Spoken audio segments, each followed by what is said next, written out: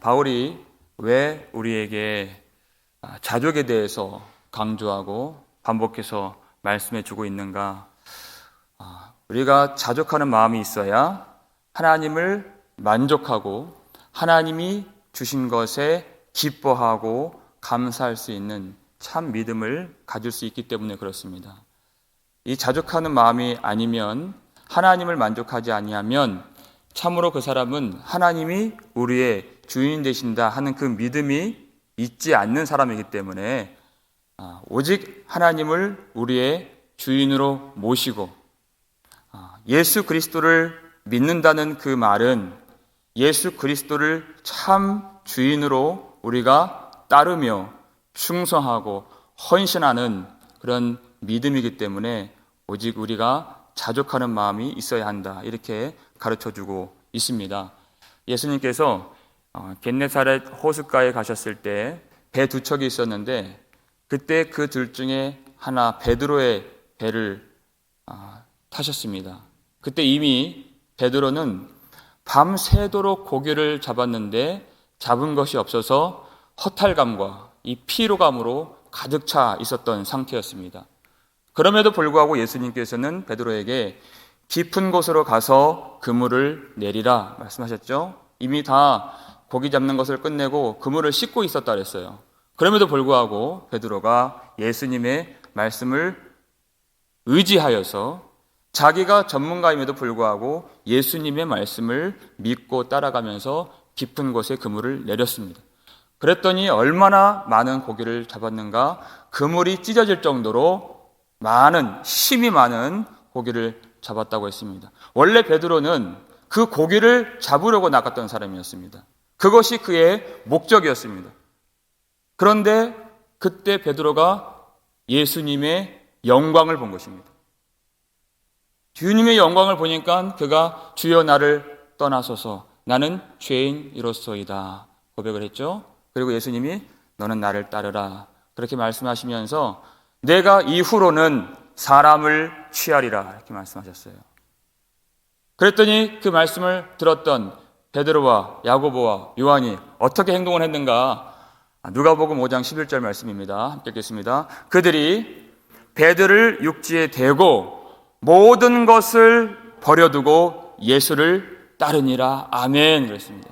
예수님을 따라갈 때 그 모든 것을 가지고 따라갈 수가 없는 것입니다. 예수님을 따른다는 것은, 예수님을 믿는다는 것은, 예수님이 우리의 주인이 되신다는 것은 모든 배들과 그물을 버려두고 오직 주님만 따라가는 것입니다. 주님의 영광을 본 사람들은 그 전에 그가 목표했던 바, 그가 유익하다고 생각했던 그 물질, 그 수익, 그 돈, 그 고기를 위해서 나갔던 사람이지만 그것을 보았지만 그것이 보이지 않는 것입니다. 왜냐하면 예수의 영광에 눈이 바뀌었기 때문에 그렇습니다. 돈은 그대로 돈이고 수익은 그대로 수익이지만 그의 마음이 바뀌고 그의 눈이 바뀌었습니다. 오직 예수 그리스도의 영광 외에 보이는 것이 없어서 그가 원래 목적했던 바들을 다 버려두고 오직 예수님만을 따라가게 되는 그런 믿음의 삶을 그들이 보여준 것입니다. 사도 바울도 그와 같은 고백을 했잖아요. 이전에 내게 유익했던 것들, 예수 그리스도를 알게 되고 주의 영광을 보게 되고 또 주님을 얻기 위하여서 모든 것을 해로 여겼다 그랬습니다. 손해로 여겼다는 것입니다. 그리고 모든 것을 배설물로 여기게 되었다. 그가 그렇게 고백을 한 것입니다. 그의 인생의 목적이 달라지게 된 것입니다. 그가 좋다고 여겼던 모든 것들은 다 좋지 않게 보이는 것입니다. 그 물질을 사랑하는 마음이 내 안에 있었을 때 예수님의 빛이 임하면 얼마나 그것이 부끄럽고 얼마나 그것이 내게 혐오스럽고 손해가 되는 것인가. 왜냐하면 그 마음 때문에 믿음에서 멀어지고 예수님께 나아가지 못한다면 그것은 우리에게 있어서 절대 가져서는 안 될 그런 마음이라는 것을 알게 된다는 것은 그가 그 밭에 숨겨진 보화를 발견하고 예수님을 그가 깨닫게 되었다는 의미가 되는 것입니다. 그런데 그렇지 못한 어떤 사람들이 오늘 본문에 나오는 사람들이죠. 오늘 9절 말씀을 함께 다시 읽어보겠습니다. 부하려 하는 자들은 시험과 올무와 여러 가지 어리석고 해로운 욕심에 떨어지나니 곧 사람으로 파멸과 멸망에 빠지게 하는 것이라 그랬습니다. 부하려 하는 자들은 그랬습니다. 그 마음 가운데 그 육적인 것에 대한 탐심을 가지고 그 물질에 대한 욕심을 갖고 있는 사람들, 특별히 경건을 이익의 방도로 삼는 사람들, 하나님께서 주신 이 말씀과 믿음과 경건을 가지고 땅의 것으로 바꾸려고 하고 자기 명예와 자기 이익과 그리고 물질에 대한 그런 모든 소유로 그 모든 경건을 다 바꾸는 사람들. 마태복음 11장에서 우리가 그 포도원 그 농부들 비유를 우리 주일에 살폈죠. 그들의 원래 갖고 있었던 마음은 그 포도원을 자기가 갖는 것이었습니다. 소출을 자기가 갖는 것이었습니다. 그랬을 때 얼마나 큰 파멸과 멸망이 그들에게 임하게 되는가. 하나님이 참 주인이 아니신 그 사람들의 상태가 그 물질의 탐욕으로 드러났다. 그 얘기입니다. 하나님을 참으로 섬기지 않고 주의 말씀에 따라가지 않는 사람들이 부하려 하는 자들의 모습으로 나타나게 되었다. 그런데 오늘 그렇게 하나님이 주인되지 않는 사람들은 결국 파멸과 멸망에 빠지게 되는데, 그런데 그들의 사는 동안의 삶도 시험과 올무와 해로운 욕심에 떨어지게 된다. 그 얘기를 하는 것입니다. 나중에 심판을 받고 멸망에 빠지게 되는 것은 자명한 일인데 그들의 삶은 어떠한가? 그들의 삶 내용조차도 시험과 올무에 빠져서 너무나도 괴로운 근심에 자기 마음을 찌르는 그와 같은 인생을 피할 수가 없다 하는 것입니다. 예수 그리스도의 영광을 본 사람들은 그 영광을 보고 따라가지 않을 수가 없는 것입니다. 그런데 보통 사람들이 보면 모든 것을 버려두고 배와 그물을 버려두고 그 젊은 청년 예수를 따라가는 그 사람들을, 어부들을 보았을 때 얼마나 어리석게 생각되겠습니까? 그런데 예수의 영광을 본 사람들은 그렇게 하지 않는 것이 오히려 어리석게 보이고 있을 수 없는 일처럼 보인다는 것입니다. 왜냐하면 하나님이 빛이 들어오면 하나님이 우리를 창조해 주셨고 하나님이 하나님의 형상으로 우리를 만들어 주셨는데 하나님이 형상으로 만드신 이 사람이 어떻게 땅의 것으로 우리가 유익하고 땅의 것으로 생명을 누리고 땅의 것으로 우리가 행복을 누릴 수 있겠느냐. 절대 그러할 수가 없는 것을 하나님의 사람은 깨닫게 되는 것입니다. 하늘에 계신 하나님이 만드시고 그리고 그 하늘로 우리를 데려가 주시는, 하늘에 적합하도록 만들어 주신 하나님의 사람들은 절대 땅의 것으로 어떠한 유익을 얻거나 만족을 얻거나 이 땅에서 행복을 얻을 수가 없다. 그래서 디모데전서 4장 8절을 보면 육체의 연단은 약간의 유익이 있으나 경건은 범사에 유익하니 이랬습니다. 두 가지 약속이 있었습니다. 어떤 약속이죠? 금생과 내생의 약속이 있느니라 이렇게 말씀하셨죠. 반드시 우리가 예수를 믿고 그 말씀을 순종하여 복음에 합당한 삶을 살아가면 그 믿음으로 예수의 의로 말미암아 내생에 영생에 약속이 있습니다. 그리고 받았습니다. 그렇지만 범사에 유익하여서 금생에도 우리가 약속을 받은 것입니다.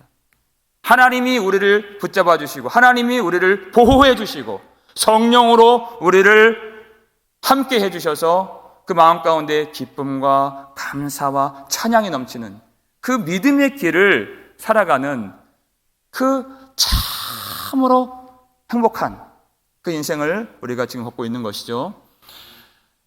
그런데 그렇지 못한 사람들은 아무리 재물을 쌓아도 그 마음은 부족하게 되어 있습니다. 하나님이 우리를 그렇게 만드시지 않았어요. 그 재물로 만족하도록 만드시지 않았다는 얘기죠. 아무리 그 재물을 쌓아놓고 살아도 그 마음은 불안하게 되어 있습니다. 더 이 불안함이 어떻게 해소가 될까? 이 두려움이 어떻게 제거가 될까? 그가 생각해서 하는 일이 더 많은 재물을 쌓는 것이에요. 하지만 그러면 그럴수록 그 마음의 불안함과 공허함과 허전함과 그 모든 마음의 외로움들을 해결할 방법이 없다는 것입니다. 그 모든 세상의 그 재물을 다 가졌던 솔로몬도 이와 똑같은 고백을 했죠. 전도서 5장 10절 말씀입니다. 함께 읽겠습니다. 은을 사랑하는 자는 은으로 만족하지 못하고 풍요를 사랑하는 자는 소득으로 만족하지 아니하나니 이것도 헛되도다. 아멘. 그랬습니다. 은을 사랑하는 자들은 절대 은으로 만족할 수가 없습니다.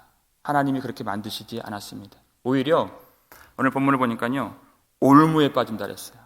올무는 덫을 얘기하는 겁니다. 옛날에 그 시골 야산에 가면은 그 농작물을 해치는 그 멧돼지나 야생동물을 잡기 위해서 구덩이를 파거나 그 덫을 만들어 놓는데 그 덫이 어떻게 생겼습니까? 못 모르고 그 짐승이 지나가면은 아주 그 강철로 만든 그 날카로운 그 이빨같이 생긴 그런 덫이 순식간에 그것을 탁 발목을 낚아채고 그것을 물면 그 짐승이 뼈가 으스러지고 그 발목이 빠져나오지 않는 그 고통 가운데 빠지는 것을 알지 않습니까? 그런 덫이에요. 그런 덫에 누가 걸렸느냐? 가룟 유다가 그 올무에 걸렸죠. 예수님을 따라다니면서 예수님의 그 아름다운 영광, 예수님의 그 신성과 그 성품과 그 사랑을 전혀 보지 못해요. 그 덫에 한번 올무에 빠지게 되니까 예수님 뭐로 보여요? 돈으로 보이는 겁니다. 은 30으로 보이는 거예요. 언제 예수를 팔까? 그 기회만 엿보게 되었죠. 그 마음 누가 주었습니까? 요한복음 13장 2절 말씀입니다. 함께 읽겠습니다. 마귀가 벌써 시몬의 아들 가룟 유다의 마음에 예수를 팔려는 생각을 넣었더라. 여러분, 요한복음 13장 말씀 잘 아시죠? 예수님께서 제자들의 발을 씻겨주시는 그 장면이에요. 그때 마귀가 가룟 유다의 생각에 돈을 사랑하는 마음을 넣어주었다는 것입니다. 예수님의 그 아름다운 헌신과 허리에 수건을 두르시고 친히 종이 되어서 제자들의 발을 씻겨주셨던 그 사랑을 볼 수 있는 그 자리에서도 예수님이 돈으로 보이게끔 만드는, 모든 사람들이 그 예수님의 그 마음을 헤아려야 할 때 다른 마음을 품게 되고 그 마음 가운데 탐심으로 가득하여서 예수를 팔 기회만 엿보게 되는 가룟 유다가 결국 예수를 팔아 넘겼습니다. 그리고 은 30을 받았어요. 여러분, 은 30을 갖고 그가 그렇게 목적했던 주인 예수가 아닌 그 돈을 바라보면서 은 30을 취했을 때 그가 그것으로 어떤 행복을 누리게 되었습니까? 그 마음 가운데 그 찔림, 마음 가운데 그 괴로움, 그 후회, 그 근심과 불안함이 더해졌죠. 그래서 제사장들에게 다시 그 돈을 갖다 주었습니다. 예수님 앞에 나아가서 회개를 했었더라면 좋았을 것을, 그것을 제사장 앞에 갖고 나왔는데 그 사람들이 성전에서 나와는 상관이 없다, 내가 당하라 이렇게 얘기했어요. 돈 안 받겠다는 것입니다. 다시 물릴 수도 없는 것이에요. 그랬더니 가룟 유다가 그 돈을 성전에 던져주고 스스로 목을 메어서 죽었습니다. 그런데 목을 메어서 죽었다는 그 공간복음보다 더 자세한 설명이 사도행전 어떻게 죽었는가 1장 18절 보면 자세하게 어떻게 죽었는가 설명이 됩니다. 읽겠습니다. 이 사람이 불의의 삭스로 밭을 사고 후에 몸이 곤두박질하여 배가 터져 창자가 다 흘러 나온지라. 자기는 죽는 것도 내 맘대로 안 되는 거예요. 목매달아 죽었는데 그가 떨어져서 배가 터져서 창자가 다 흘러나와서 죽었다. 여러분, 이거 메시지입니다. 그가 어디로 갔어요? 목 매달아서 위로 올라갔는데 땅에 떨어져 죽었다는 거예요. 땅에서 죽었다는 것입니다. 땅에서 터져 죽었다는 것입니다. 그 돌에 배가 터져 죽었다는 것입니다. 하나님을 주인으로 삼지 않는 사람이 얼마나 파멸을 걷고 그 사는 동안에도 그 은 30으로 자기가 행복을 누리지도 못해요. 물릴 수도 없습니다. 여러분, 이 땅에서 우리가 예배 드리는 동안, 말씀을 읽는 동안, 기도하는 동안 성령께서 주시는 그 하나님의 그 음성, 하나님의 말씀 외에 세상에서 듣는 모든 소리, 모든 접하는 문화, 모든 사회가 우리에게 가르쳐주는 가르침, 다 돈을 사랑하라는 말씀이에요. 더 높이 올라가라는 것입니다. 더 커야 된다는 것입니다. 많은 소유를 가져야 된다는 것입니다. 땅에 많은 것을 쌓아두어야 한다는 것입니다. 그런 돈 사랑하는 마음을 갖게 되었을 때 얼마나 많은 사회 이곳저곳에서 문제가 발생되게 됩니까? 남편이 아내를 죽이고 아내가 남편을 죽여요. 왜? 보험금 타가했다고 죽이는 것이. 부모가 자식을 팔고 또 어떤 다른 사람의 자식들을 유괴를 하고 사람을 납치를 하고 인신매매를 하고 사람을 팔아버리고 장기를 적출하고 돈을 사랑하는 마음을 악한 마귀가 공중권세 잡은 자가 이 시대 가운데 사는 모든 사람들을 얼마나 파멸에 빠뜨리게 되는가, 얼마나 고통스럽게 만들고 다른 사람들까지도 죽게 만드는가. 우리는 지금 그 사회 속에서 지금 살고 있는 것입니다.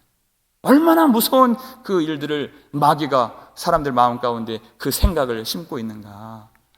오늘 본문 말씀 10절 말씀입니다. 읽겠습니다. 돈을 사랑함이 일만하게 뿌리가 되나니 이것을 탐내는 자들은 미혹을 받아 믿음에서 떠나 많은 근심으로써 자기를 찔렀도다 그랬어요. 정확하게 돈이 아닙니다. 돈을 사랑함이 일만하게 뿌리가 되나. 돈을 사랑하는 마음. 돈 자체는 하나님이 우리의 주인 되셨을 때 그 돈 자체는 아름다운 하나님의 역사와 그 모든 선교와 주의 일을 위해서 아름답게 쓰여질 수가 있습니다.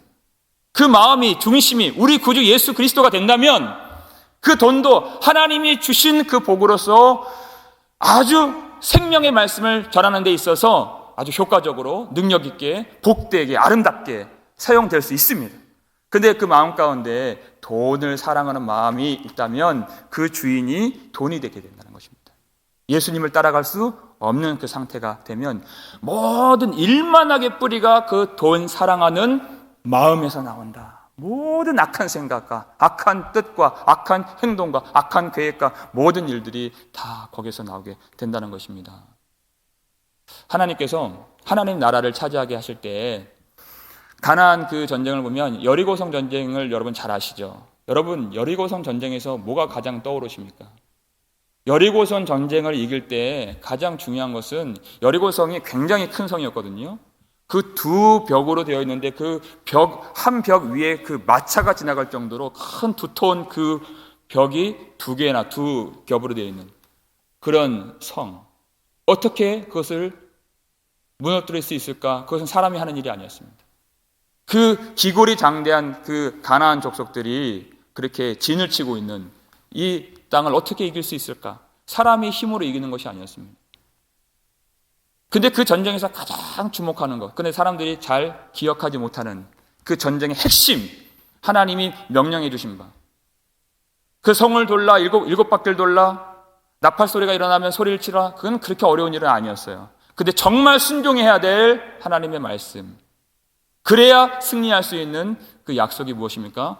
여호수아 6장 18절 말씀입니다. 함께 읽겠습니다. 너희는 온전히 바치고 그 바친 것 중에서 어떤 것이든지 취하여 너희가 이스라엘 진영으로 바치는 것이 되게 하여 고통을 당하게 되지 아니하도록 오직 너희는 그 바칠 물건에 손대지 말라. 이것이 명령이었어요. 하나님께 바쳐지고 그 성 안에 있는 것들을 자기가 임의로 취해서는 안 되는 것입니다. 태울 것은 태우고 여호와의 곳간으로 들어갈 것은 들어가도록 하는 것이지, 그것이 순종이었어요.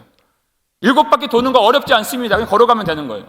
그런데 마음속에 돈을 사랑하는 마음이 있어서 그것을 바치라고 하신 말씀, 태우라고 하신 말씀, 곳간에 드리라고 하신 말씀을 내가 기억하지 않고 믿음에서 떠나서 돈 사랑하는 마음 가운데 그것을 취하면, 그러면 하나님이 그 백성들과 함께 하실 수 없다고 하신 것입니다. 그 사람은 하나님의 영광을 볼 수가 없고 심지어는 이스라엘 족속 전체가 하나님의 영광 안에 들어갈 수 없다고 주님 말씀하셨어요. 한 사람만 그것을 범죄하여도 그 영광에 들어갈 수 없다. 이것이 여리고성 싸움에서 숨겨진 가장 중요한 순종의 내용이었다는 것입니다. 그런데 이것을 누가 어겼죠? 어긴 사람이 있습니다. 이것을 어겼기 때문에 이것보다 더 훨씬 쉬운 아이성에서 패배하게 되어서 36명이나 죽게 된 것이죠. 근데 그가 스스로 취했다고 나오질 않았어요. 회개로 나오지 않았습니다. 그랬더니 하나님이 그를 착출해내신 것입니다. 모든 사람들을 성결하게 해서 다 여호와 앞에 서라 그랬죠. 그리고 나서 하나님이 유다 지파를 지목하셨습니다. 그 다음에 그 지파 중에서 세라 족속을 지목하셨어요. 그리고 그 족속 중에서 삽디 가족을 지목하셨어요. 그리고 갈미의 아들 아간을 지목하셨습니다.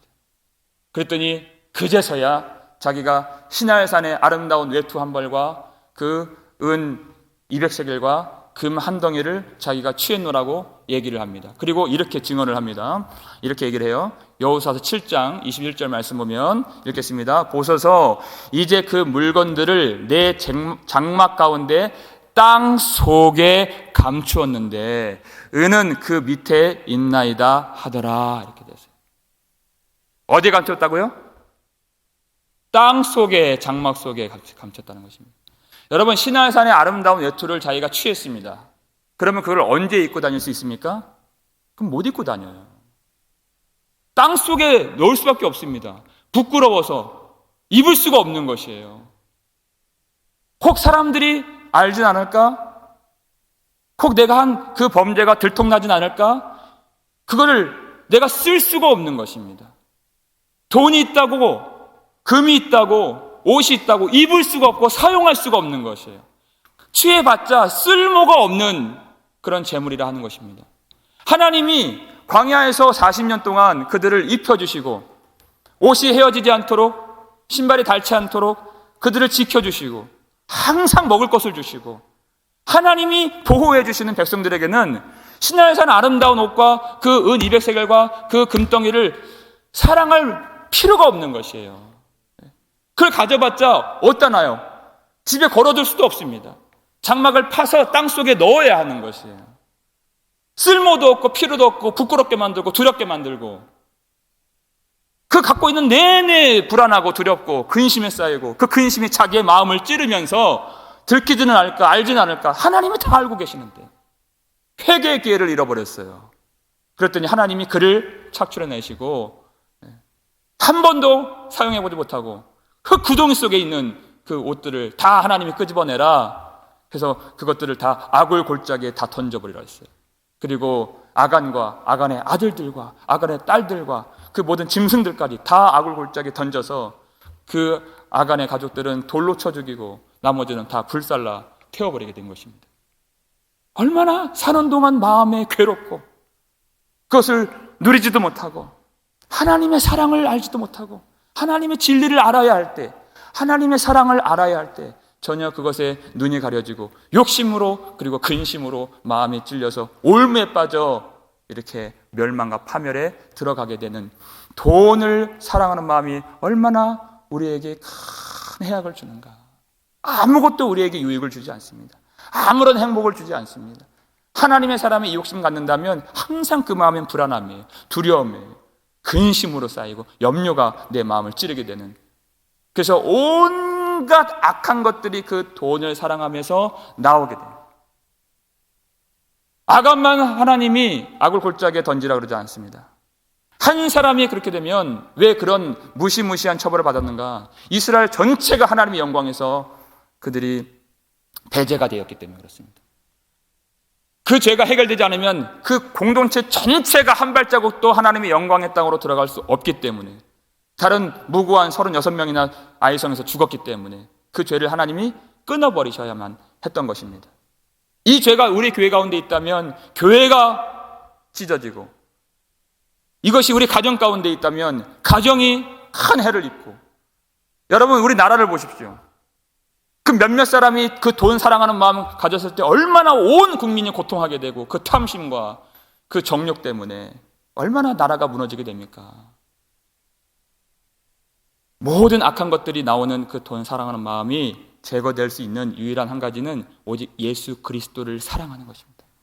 예수 그리스도의 영광 안에 거하는 것입니다. 그러면 그 돈의 영광, 세상의 자랑, 나의 명예 다 보이지 않게 되는 것이죠. 우리 마지막으로 이 말씀 한번 읽고 우리 오늘 예배 마치겠습니다. 히브리서 13장 5절 말씀 함께 하겠습니다. 돈을 사랑하지 말고 있는 바를 족한 줄로 알라. 그가 친히 말씀하시기를 내가 결코 너희를 버리지 아니하고 너희를 떠나지 아니하리라 하셨느니라. 아멘. 그렇습니다. 돈을 사랑하지 말라.